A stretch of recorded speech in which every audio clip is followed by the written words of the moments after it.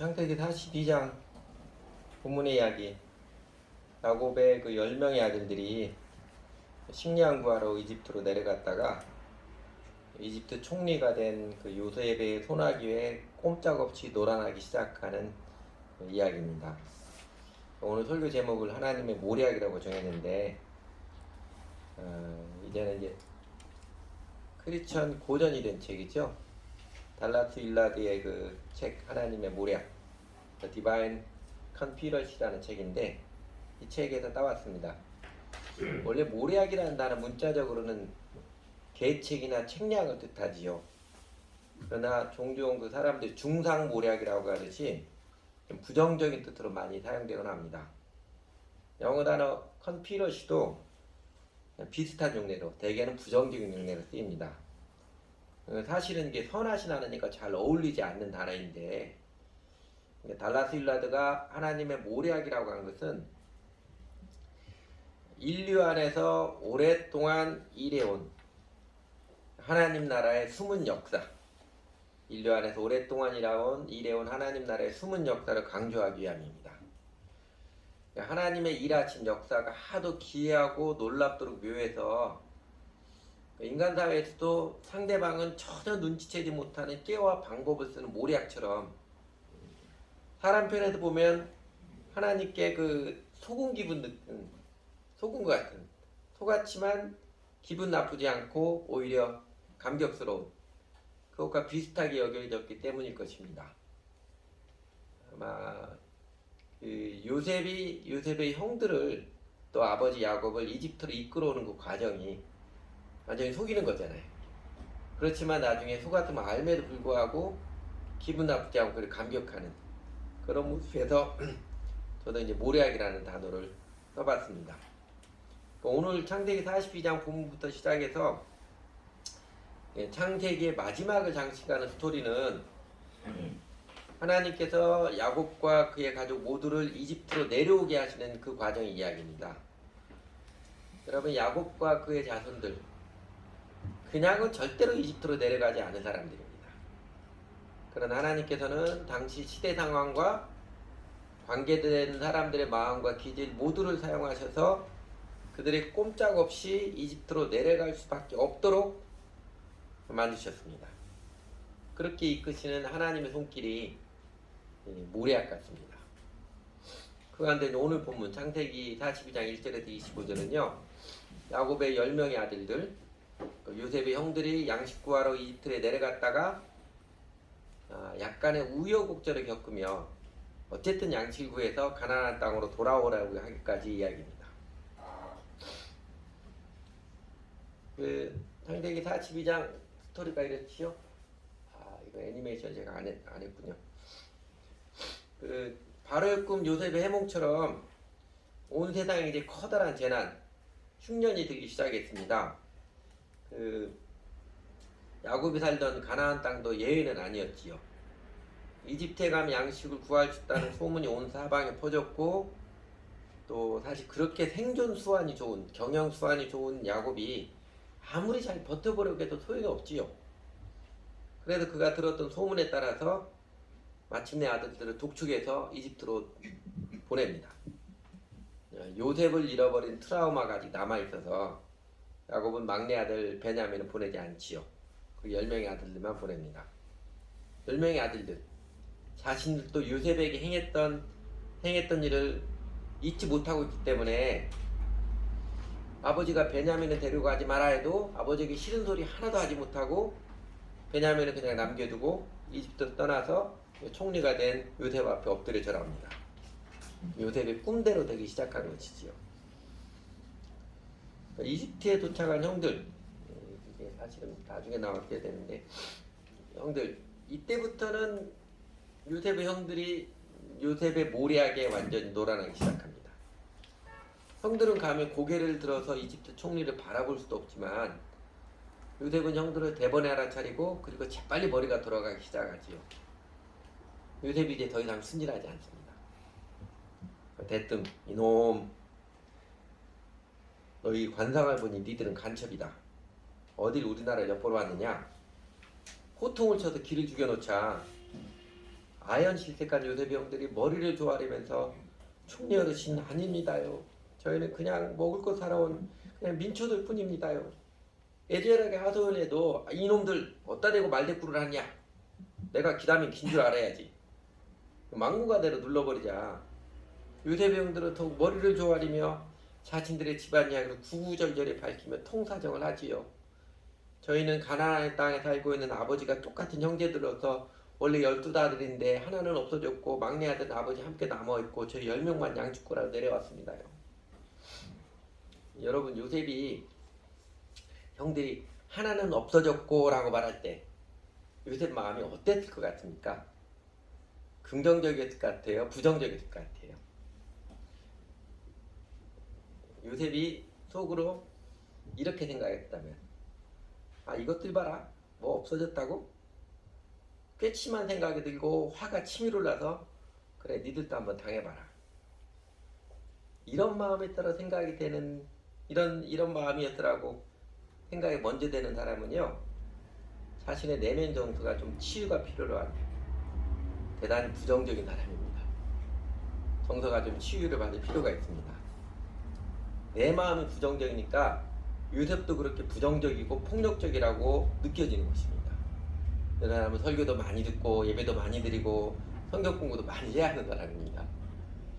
대체적으로 하나는 없어졌고 할 때 요셉이 마음이 속으로 웃으면서 그 없어졌다고 말하는 형들이 참 불쌍하게 여겨지고 그래도 자기가 잘못한 것은 안 해. 이렇게 느껴질 것이라 여기는 마음이 건강한 마음이지요. 치유된 마음, 은혜 안에 거하는 마음입니다. 이런 사람들은 다른 사람들에게 전도도 많이 하고 권면도 많이 하고 그래야 되는 사람들입니다. 하나 더 파고 들어가 볼까요? 내가 처음 느낄 때는 이 부정적인 마음 아 이것들이 봐라 뭐 없어졌다고 이렇게 느껴졌는데 오늘 제 설교를 듣고 나서 급하게 수습해가지고 아니야 나는 긍정적인 사람이야 이렇게 하려는 마음은요 좀 위험한 마음입니다. 위선자의 길로 가고 있는 마음이에요. 회개가 필요한 사람. 하여튼 요셉 형들을 불쌍하게 느끼면서도 시침이 뚝 떼고서 이놈들 시끄럽다 어디다 대고 따지려고 하느냐 니들은 간첩 맞다 내 느낌은 틀린 적이 없다 우기는 거죠. 완전히 몰아붙이는 거잖아요. 우기니까 형들은 속으로 마음이 무너졌을 것입니다. 가히 뭐 통곡의 벽 앞에 선 느낌이었을 것입니다. 그래? 그러면 좋다. 내가 많이 양보해서 사실은 요셉이 양보한 거 아니지요. 완전히 뒤집어 띄우는 거죠. 너희가 간첩이 아니라면 한번 간첩이 아니라는 것도 증명해봐라. 너희가 말한 대로 너희 막내 아들 데리고 와라. 너희 중에 대표로 한 사람만 가서 너희 막내 아들 데리고 오고 나머지 9명은 막내 아들 돌아올 때까지 감옥살이 하고 있어야 한다. 그리고는 더 이상 변명할 기회도 주지 않고 여봐라 이 간첩 회모자들을 다 가혹시켜라 하며 10명 모두를 감방에 쳐넣었죠. 그래서 사흘을 보냈지요. 그 사흘을 지내는 형들의 심정이 어땠을까요? 형들이 이젠 혈기가 많이 죽었지요. 예전에 그 누이 동생 디나가 세겜 족속에 강간당했을 때 아버지 그 말도 안 되는 소리 하지 마십시오. 우리도록 굴욕을 참고 살라고요. 분기탱천했던 그 모습 없어졌습니다. 모르죠. 속으로는 세상에 이렇게 억울할 수가 이집트 총리라는 사람이 저렇게 무식하고 막무가내고 불안당할 수가 있단 말인가 막 분노가 치밀어 오르는데 감히 총리 앞이라 겉으로 내세겠다가 큰일 나니까 완전히 깨갱하고 있는 것일지도 모릅니다. 아니면 흉년에 제대로 먹지를 못해가지고 기운이 없어서 감히 대들 생각도 못하는 것일지도 모르고요. 사흘 동안 요셉도 감정도 생각도 많았겠지요. 이제 그동안의 연단을 통해서 이제 멋지게 성숙해진 요셉 순진하게 자신을 밝히지 않습니다. 그리고 속으로는 아버지 야곱과 베냐민까지 모두 다 이집트로 불러와서 잘 먹여 살릴 선한 뜻을 굳게 품었지만 그 방법으로는 모략, 계책을 짜내고 포커페이스로 해서 형들을 다시 만납니다. 너희 소유가 참 괘씸하다만 그 내가 하나님을 두려워하는 사람이니까 넓은 아량을 베풀어서 사실 넓은 아량도 아니죠. 다 자기가 짜고 하는 일이지요. 내가 하나님을 두려워 넓은 아량을 보면서 너희들에게 자비를 베풀 것이다. 이렇게 해보자. 너희 중에 한 명만 돌아가고 한 명만 돌아가서 막내를 데려올 것이 아니고 혼자 가면 변을 당할 수도 있으니까 너희 중에 한 사람만 여기 감옥에 남아있고 9명은 내가 양식을 팔아줄 테니 그 양식을 가져가서 너희 식구들 굶어주지 않게 하고 그리고 너희가 말한 대로 막내 아들을 데리고 와라. 그래야 너희가 간첩이 아니라 진정성이 받아들일 것이다. 요셉이 말하자 요셉이 형들은 받아들일 수밖에 없지요. 달리 대안이 없습니다. 속으로는 이게 웬 봉변이냐 이렇게 느껴져도 성은이 만극하여이다 하고 외치며 머리를 조아릴 것입니다. 그리고 이제 기가 막힌 속마음을 가누지 못해서 서로에게 이제 이야기하지요. 누가 먼저 이야기를 꺼냈는지는 모르겠지만 왜 구덩이에서 살려달라고 간절히 외치던 그 아우 요셉의 눈빛이 생각나. 우리가 요 동생 요셉에게 모질게 대하기 때문에 우리가 천벌받은 게. 그러자 속상한 형 루벤이 그러니까 그때 형 말 잘 들었어야지. 내가 동생 죽으면 안 된다고 죽이지 말라고 그렇게 말했건만 니들이 들은 척도 안 했잖아. 우리가 지금 그 죄값을 치르고 있는 거다. 아주 자책하며 한탄하며 비참한 운명에 대한 슬픔을 토로할 수밖에 없었습니다. 요셉 순진한 사람이죠. 천성이 정이 악한 사람인지라 그 형들의 모습을 보며 감정이 북받쳐서 잠시 자리를 피해서 화장실에 가서 실컷 울고 눈물 닦고 하면서 그래도 지금은 정체를 밝히면 안 된다 판단을 내리고 안면몰수하고 다시 형들 앞에 나섰지요. 그리고는 당신들 중에 누가 여기 볼모로 잡혀있을 것인지 정하십시오. 그래서 시몬, 루벤 다음에 둘째 형이지요. 큰 형이지요. 그 시몬을 다른 형제들이 보는 앞에서 꽁꽁 묶어서 내보내고 나머지 형들은 돌려보냅니다. 그리고 신하들을 지켜서 집으로 돌아가는 9명의 형들의 자루에 양식을 가득 채워주면서 그 안에 형들이 가져온 돈도 다시 고스란히 감추어 채워주고 또 가는 길에서 먹을거리, 여비도 따로 챙겨주었습니다. 그러니까 이집트에서 만난 요셉과 형들 이제는 완전히 요셉이 슈퍼갑의 위치이고 요셉의 형들은 아주 을 중에 을도 아니고 갑을 병정한 정쯤 되는 그 위치가 되었습니다. 이전에 요셉을 폭력으로 죽이려고 하고 팔아먹을 때하고는 이제 완전히 역전되었습니다. 그리고 이 이야기는요 앞으로 될 이야기는 요셉과 요셉의 형들이 역전된 입장 이 이야기는 큰 시각에서 보면 하나님께서 야곱의 가족을 구원하시는 하나님 약속의 자들 야곱의 가족을 구원하시는 그 은혜를 베풀어 주시는 과정입니다. 그 가운데 하나님의 모략 탁월한 지혜로 인생사를 이끌어 가시는 보이지 않는 하나님 손길을 우리는 이제 선명하게 볼 수 있습니다. 특히 이제 그 요셉의 형들을 다루시는 하나님의 손길이 딱 하나님의 모략이라고 하고 싶은 것입니다. 요셉이 형들을 다루신 손길 이런 것들입니다. 우선은요 하나님의 선하신 뜻을 이루기 위해서 야곱과 아들들 요셉의 형들의 삶의 정황을 하나님께서 꼼짝없이 몰아가시지요. 달리 야곱의 아들들이 선택할 방법이 없는 그냥 몰아가십니다. 결국은 야곱까지 모두가 이집트에 내려와서 요셉의 은혜 아래에 살게 되기까지 야곱과 아들들은 달리 선택할 방도가 없었습니다. 그러니까 오늘 본문의 얘기 가운데도 요셉의 형들이 고민해가지고 어떤 결정을 내리고 선택할 게 한 개도 없습니다. 그냥 시키는 대로 따라가야 돼요. 뭔지도 모르지만 흉년의 압박에 밀려서 이집트에 내려갔고 이집트 총리의 권력 앞에서 억울하고 원통해도 그냥 하라는 대로 끌려다닐 수밖에 없었고 힘에 밀려서 그냥 수동적으로 따라갈 수밖에 없었습니다. 여러분 하나님은요 종종 우리를 꼼짝없이 몰아가시기도 합니다. 우리에게 은총을 베푸시려고 꼼짝없이 인생 벼랑길로 몰아가시기도 하십니다. 이 꼼짝없이 몰아가시는 하나님의 모략에 대해서는 다음 주에 조금 더 자세히 말씀을 드리겠습니다. 예고편으로 감질만 나게 하는 것 이건 이제 설교 모략분들의 수법입니다. 오늘 살펴볼 하나님의 모략, 요셉이 형들을 그 인생을 인도하신 하나님 모략, 이런 것들에 좀 주목해 보겠습니다. 첫 번째는요, 하나님은 복을 불행으로 포장하시기도 하십니다. 때로 하나님은요, 우리에게 은총을 고난으로 포장해서 내려주시기도 하십니다. 여러분, 이날들 큰 맥락에서 보면 하나님께서 야곱과 그의 가족들을 구원하시는 과정의 이야기입니다. 근데 요셉의 형들 그냥 먹고 살기에 급급한, 먹고 살기에 충실한 민초들이었는데 이집트 총리가 느닷없이 자신들을 간첩으로 몰아가지고 얼마나 억울하고 원통했겠습니까?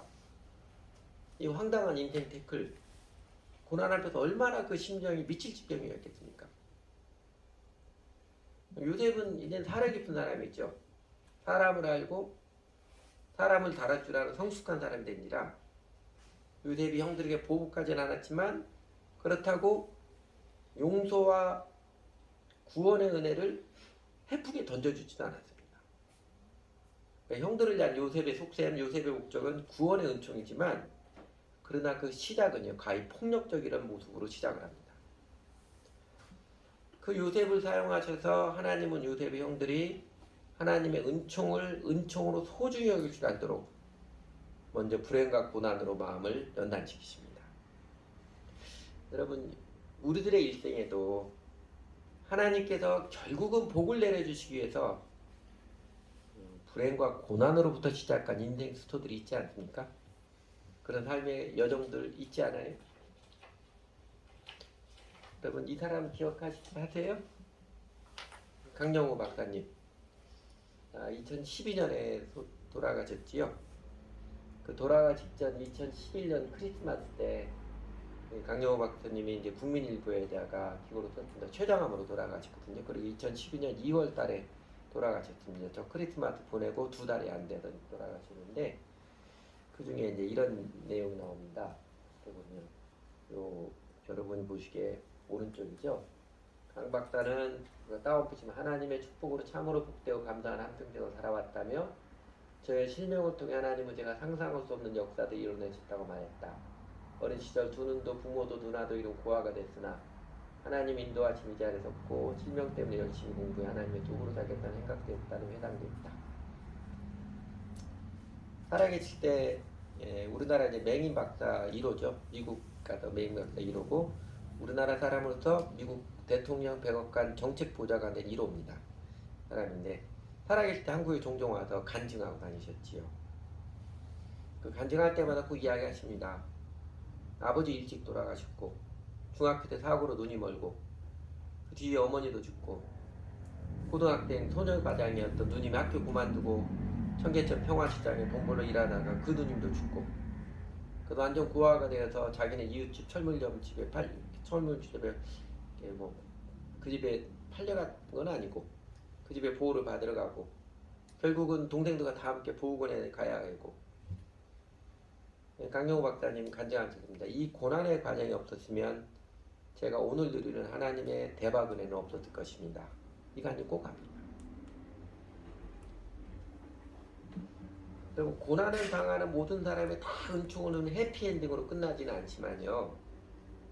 그러나 까닭없는 고난 앞에서 마음을 겸손히 하는 자, 연민의 뒤안길로 도망가지 않고 가시밭 인생길이라도 충실하게 대처하며 살아가는 자에게 하나님께서는 마침내 확실한 은혜의 무대로 인도하십니다. 우리 앞서 보았던 요셉도 그랬지요. 요셉도 그랬지만요. 요셉의 형들도 느닷없이 이집트 총리가 자신들을 간첩으로 몰아갈 때 정말 억울하고 원통하겠지요. 철저히 당할 수밖에 없지만 그렇다고 거기에서 승질을 부린다거나 난동을 피운다거나 하지 않고 겸손한 태도로 할 수 있는 최선을 다해서 대처했습니다. 그래, 니들 나라 돈 많다. 잘 먹고 잘 살아라. 돈 많다고 별 갑질 다 하고 내가 치사해서 나 안 산다. 죽으면 죽었지 안 산다. 잘 먹고 잘 살아라. 시불시불 이러고지 않았어요. 오늘 내게 맞닥뜨리신 불행, 고난, 이게 결국은 하나님의 은총을 내리시기 위한 과정일 것입니다. 우리에게 직면케 하신 모든 고난은요, 그리스도인 하나님의 자녀들에게 직면케 하신 모든 고난은 궁극적으로는 하나님께서 은총을 베푸시기 위한 목적이면 틀림없습니다. 고난에는 뜻이 있다. 이게 우리 인생을 향한 하나님의 큰 메시지입니다. 그리고 오늘의 고난의 삶에서 회피하지 마시고 오만한 승질을 부리는 오답적을 하지 마시고 겸손히 최선을 다해서 직면에 헤쳐나가시기 바랍니다. 요셉이 그랬듯이 요셉의 형들도 그랬듯이 말입니다. 하나님의 모략 둘째는요, 이런 측면을 보고 싶습니다. 둘째는 내 죄를 깨우치시려고 깨닫게 하시려고 타인의 죄악을 당하게도 하십니다. 하나님은 우리의 죄를 깨닫게 하시기 위해서 때로 다른 사람의 죄악에 우리를 시달리게도 하십니다. 여러분, 요셉의 형들 느닷없이 말도 안 되는 갑질을 부리는 뜬금없이 거의 진상 모습 보이는 이집트 총리 때문에 자신들이 이전에 요셉에게 행했던 죄를 깨닫고 인정하고 그리고 거의 회개에 가깝게 이르지요. 여러분, 우리가 예수 믿고 구원받자가 이 교회로 모이는, 또 우리가 예수님을 주님 믿고 따르는 제일 큰 목적인데, 하나님께서 베풀어진 은혜의 구원, 영생을 얻고 누리기 위해서 우리 인간들에게 선결적인 조건이 하나가 있지요. 선결적인 조건이 하나 있습니다. 그럼 그게 뭐일 것 같아요? 값없이 베풀어진 은혜의 구원이고 영생이지만 그 은혜의 구원과 영생을 우리 사람들이 누리기 위해서 우리 인간편에서 선결적인 조건이 하나 있습니다. 내가 죄인임을 알고 인정하는 것. 그 죄의 각성입니다. 자신이 죄인인 줄 모르는 사람에게는 예수님께서 십자가에 달려 돌아가시기까지 했던 하신 대속의 은혜, 하나님의 은혜가 아무런 감흥이 없습니다. 그 사람에게는 하나님의 은혜가 돼지 눈에 비치는 진주 목걸이 같을 것입니다. 뭐 이렇게 딱딱하게 맛도 하나도 없고 해서 발로 짓밟듯이 말입니다. 여러분, 죄악 중에 죄악이 자기가 죄인인 줄 모르는 오만한 마음이고, 깨달음 중에 최고의 깨달음이 네 자신 알라. 이 소크라테 명언처럼 내가 참 못된 죄인, 내 중심적으로밖에 생각하지 못하는 죄인임을 깨달아는 것이지요. 잘난 것도 없으면서 어떻게든 잘난 척하고 싶어도 안달에는 내 꼬라지 깨달아게 된 날이 감격의 날이고, 다른 사람이 내게 갑질한다고 분통 터뜨리기 잘했는데 도리어 다른 사람한테 더 심하게 갑질을 하고 있는 자신을 발견한 게 이게 축복이고요. 다른 사람들에게 네 자신 알라 손가락질하게 잘했던 내 자신이 사실 내 꼬라지를 전혀 모르고 있었던 사실을 깨닫는 게 은혜 중의 은혜입니다. 내가 본성적으로 죄인임을 깨달아 하는 것, 죄의 각성이 최고의 은총입니다. 그리고 하나님께서는요, 그 은총, 내가 본성적으로 죄인임을 깨달아 알도록 때로 다른 사람의 죄악의 폭력을 경험하기도 하십니다. 그럼으로써 나도 똑같은 사람이었구나 깨닫게 하시는 거죠. 요셉은 적지 않은 세월 동안 그 연단을 받았고요. 지금 요셉의 형들은 요셉을 통해서 그 은혜를 받고 있습니다. 다른 사람의 죄악에 당하는 억울함과 아픔을 겪게 하심으로 나의 죄악을 깨우쳐 주시는 하나님의 모략 앞에서도 사실 모든 사람이 다 각성의 은혜를 입는 거 아니더라고요. 그 하나님의 모략 앞에서 사람이 어떻게 응답하느냐에 따라서 그 운명이 달라집니다. 다행히 요셉의 형들은요, 이집트 총리의 말도 안 되는 갑질 앞에서 자신들의 죄를 깨닫고 인정을 했습니다. 야곱의 가족들이 결국 이집트 요셉의 품 안에서 구원을 받는 이 창세기 후반 스토리, 이 창세기 후반 1면은요, 요셉의 형들이 회개하게 되는 과정의 이야기이기도 합니다. 그러나 모든 사람이 요셉이나 요셉의 형들처럼 까닭없는 고난, 억울하고 원통한 인생 현실에서 아름답게 올바르게 응답하는 것은 아니더라고요. 그런데 우리나라가 정권교체 시기잖아요. 감사위원장, 한국은행장 그 임명을 둘러싸고 친구 권력이 충돌하는 뉴스들을 보면 내로남불하는 인간들이기는 여당이고 야당이고 다 똑같은 모습들 우리 보고 있잖아요. 하나님께서 우리나라 정치 지도자들에게 이렇게 예하 정권이 바뀌는 모습을 반복하시는 뜻은요, 오만한 인간 죄성, 내로남불 인간 죄성이죠. 인간 본성의 죄를 깨닫고 회개하기를 바라시는 뜻일 것입니다. 그때는 틀렸고 지금은 맞다, 이런 식 많이 보여주고 체험케 하심에도 불구하고 자신들의 죄인됨 인정하지 않고 뻔뻔하게 자기중심성을 고집하는 인간들이 문제이고, 그리고 그 인간들은 결국 하나님의 지옥의 심판을 면치 못할 것입니다. 저희 나라가 근래에 이제 민주주의가 발달하면서 보수와 진보 10년마다 정권 교체가 되었었는데, 그 주기를 딱 반토막에서 5년으로 빠르게 하시면은요, 우리 대한민국 나라와 우리 민족을 사랑하시는 우리 하나님, 은혜의 틀과 구신 하나님께서 우리 국민들에게, 우리 나라의 지도자들과 무백성들에게 그 본질상 죄인인 죄를 깨닫고 회개하라, 그래서 하나님의 은혜를 받을 마음을 준비하라, 아마 그 메시지도 있을 것입니다. 하나님의 모략 세 번째는요, 첫째는 복과 은혜를 불행과 고난으로 포장하시기도 하시고, 내 죄를 깨우치시기 위해서 타인의 죄악으로 당하기도 하시고요. 세 번째는 내가 온전한 회복, 아름다운 화해를 위해서 내가 감추고 뭉개고 있던 죄책감을 하나님께서 찾아서 끄집어내시고, 일면 잔인하게 보일 정도로 그냥 덮어두고 가면 될 텐데, 하나님께서는 우리가 감추고 뭉개고 있었던 그 죄책감을 끄집어내서 자백하게 하십니다. 오늘 본문에서 참 처절하지만 감동적이고 아름다운 장면이 이 모습이죠. 21절. 그들 형들이죠. 그들이 서로 말했다. 그렇다. 아우의 일로 벌을 받는 것이 분명하다. 아우가 우리에게 살려달라고 예언할 때 그가 그렇게 괴로워하는 것을 보면서도 우리가 아우의 예언을 들어주지 않은 것 때문에 우리가 이제 이런 괴로움을 당합니다. 그 유대병들, 이집트 총리의 막무가내 갑질 앞에서 그동안 아버지 야곱에게 한 번도 자백하지 않은 일, 그쵸? 꽁꽁 숨겨왔던 일, 자신들의 동생의 무타치사 했던 죄를 추억하고 소환하고 그리고 자백합니다. 의사들이 그러잖아요. 몸속에 암덩어리를 안고 있는 환자를 그냥 뭉개고 지내도록 내버려두지 않고 배를 날라서 수술을 하고, 수술을 해서 항암 치료라는 고통스러운 치유의 과정을 겪게 하듯이, 하나님께서는 요셉의 형들의 마음도 깊이 꼭꼭 감추고 있던 죄책감, 그냥 덮어버리고 뭉개고 있던 죄책감을 끄집어낼 수밖에 없게 하십니다. 똑같이 억울하고 원통한 일을 겪게 하심을 통해서 말입니다. 여러분, 부모가 자녀에게 해서는 안 되는, 그러나 거의 모든 사람이 빈번히 하는 말 중에 하나가 이거죠. 니들이 나중에 자식 낳아서 한번 똑같이 당해봐라, 이런 말 하잖아요.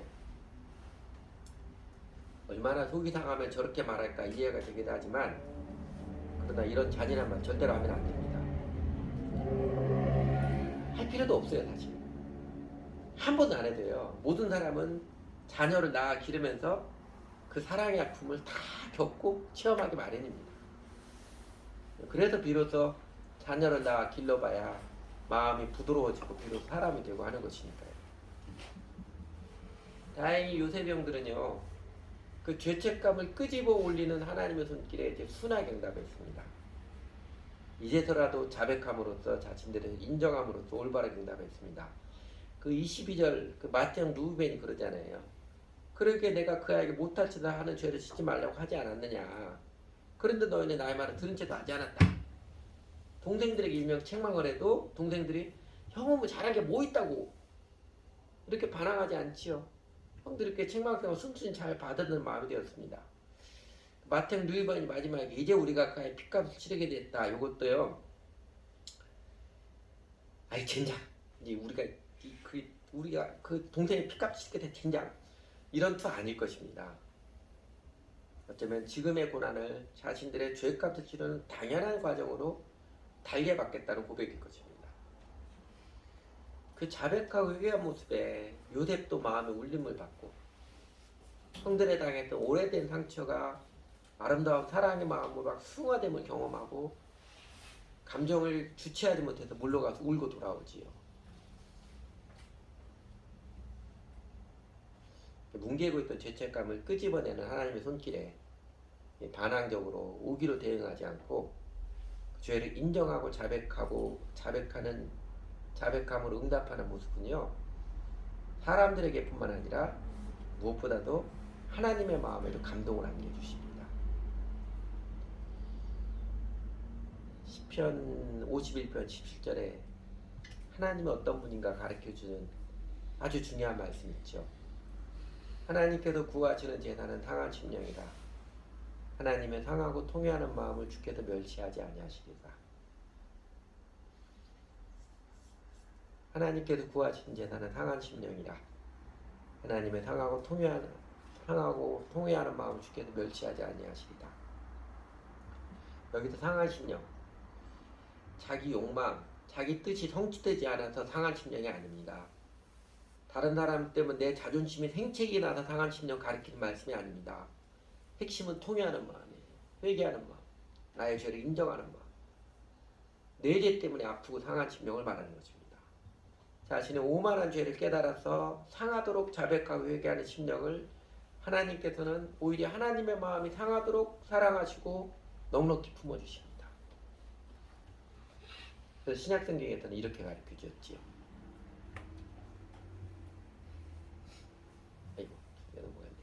요한일서 1장 8절 9절 10절에 보면 만일 그러면서 8절과 10절하고 9절이 딱 대조로 보입니다. 만일 우리가 죄가 없다고 말하면 우리가 스스로 속이고 또 진리가 우리 속에 있지 않을 것이요. 그 다음 10절 만일 우리가 범죄하지 아니했다면 하나님을 거짓말하는 이로 만드는 것이니 또한 그의 말씀 우리 속에 있지 아니하니라. 그러나 만일 우리가 우리 죄를 자백하면 그는 미쁘시고 의로우사 우리 죄를 사하시며 우리를 모든 불의에서 깨끗하게 하실 것이요. 하나님께는요, 우리 죄의 크고 작음 경중이 중요한 게 아닙니다. 죄를 인정하고 자백하느냐, 죄가 없다고 아니라고 우기느냐, 심령의 태도가 중요합니다. 이스라엘의 초대 임금 사울이 버림받은 것, 대조적으로 다윗, 사울보다 훨씬 끔찍한 죄를 범했음에도 불구하고 하나님 용서를 받아서 메시아의 가계를 이루고 최고로 아름다운 임금으로 인정을 받게 되는 것, 그 차이죠. 사울은 다윗이 범한 죄하면 그렇게 큰 죄 아니었습니다. 다윗이 범한 죄는 사울이 범한 죄에 비하면 정말 비교할 수 큰 죄지만 그러나 차이는 하나입니다. 솔직하게 죄를 인정을 하고 자백을 하느냐, 끝까지 자기 죄가 아니라 우기느냐, 이 차이입니다. 우리 심령의 태도에 따라서 하나님께서는 용서 회복의 은혜냐, 심판과 정죄의 형벌이냐를 구분하십니다. 우리 인생 인도하시는 하나님의 모략, 복을 불행으로 포장하시기도 하시고 다른 사람의 죄악의 폭력으로서 나의 죄를 깨닫게 하시고 그리고 뭉개고 있던 내가 감추고 있던 죄책감을 굳이 끄집어내셔서 자백하게 하셔서 마침내는 온전한 회복과 진정한 화해를 이끄시는 이 하나님의 모략. 여러분, 요셉과 요셉의 형들에게뿐만 아니라 오늘 우리들 모두의 인생길에도 배어있지 않습니까? 우리가 살아온 인생길은 사실은 돌아보니 하나님의 모략의 손길 배어있지 않았나요? 그 사랑의 손길이. 그렇다면 여러분, 이 하나님의 모략 앞에 어떻게 응답하셨습니까? 요셉과 요셉의 형들, 야곱의 가족처럼 솔직함으로 겸손하게 응답하며 살아오셨습니까? 아니면 어떤 정치인들처럼 내로남불의 태도를 뻔뻔하게 고집하며 살아오셨습니까? 우리 모든 인생들이 자백하고 회개해서 마침내 하나님의 은혜의 생명, 하나님의 형상을 따라 지음받은 하나님의 영광을 입은 존재로서 온전한 회복이 있도록 그리고 사랑의 하나님과 진정한 화해의 기쁨을 누리며 살도록 우리 모든 인간들을 위해서 베풀어진 하나님의 모략 중의 모략이 바로 예수 그리스도이십니다. 예수 그리스도도 이 땅에 내려오셔서 십자가를 지시고 부활하신 거죠. 부활의 생명과 의로움과 부활의 영광을 안겨주시기 위해서 제자들에게 십자가의 고통스러운 밤을 통과하게 하셨습니다. 예수님의 촌철살인과 같은 가르침과 깨우침, 더 나아가 세상 권력과 인간 종교의 폭력이 무지막지하게 쏟아진 그리스도 십자가 앞에서 제자들의 죄를 깨닫게 하셨으며, 그리고 부활하신 예수님께서 게네사도 호숫가에서 다시 제자들 만나서 내가 나를 사랑하느냐 물으시며 내 양을 먹이라 미션을 주심으로 제자들이 그냥 뭉개고 있었던 깊은 죄책감을 끄집어내셔서 치유해 주셨습니다. 예수 그리스도 우리 주님께서 친히 마치 까닭없이 갑질당하는 요셉이 형들이 입장에 선 것처럼 이 땅에 사람의 몸을 입고 내려오셔서 부활의 생명과 영광에 앞서서 십자가의 모진 고통을 친히 담당하셨으며, 세상 권력과 위선적인 종교인들의 죄의 폭력을 고스란히 받아들이셨으며, 그러므로서 모든 사람의 죄인임을 깨우쳐 주셨고, 그리고 부활하셔서 성령님을 보내주셔서 부활의 복음으로 하나님의 아들 십자가에 달려 죽게 한 문인가들의 죄책감을 끄집어내셔서 회개케 하셨습니다. 우리를 구원하시고 치유하시고 진정으로 화해케 하신 하나님 완전한 은혜, 하나님의 모략은요, 이렇게 예수 그리스도를 통해서 인류 역사 가운데 깊이 새겨져 있고, 그리고 성령님 역사를 통해서 우리들 개개인의 인생들에도 아름답게 때로는 처절한 모습으로 드리워져 있습니다. 그 하나님의 모략, 그 섭리의 은혜에 여러분은 어떻게 응답하시겠습니까? 요셉 형들처럼 겸손하게 솔직하게 응답하여서 하나님께서 온전하게 회복시키시고 완전하게 화해해 주셔서 영생을 누리는 삶, 구원의 은혜를 누리며 살았으면 좋겠습니다. 기도하시죠. 오늘 또 우리 각자가 먼저 기도하는 시간 갖도록 할게요. 설교 말씀을 통해서 성령님께서 깨우쳐 주시고 느끼고 생각나게 하신 걸 끌어안고 기도 같이 기도하겠습니다.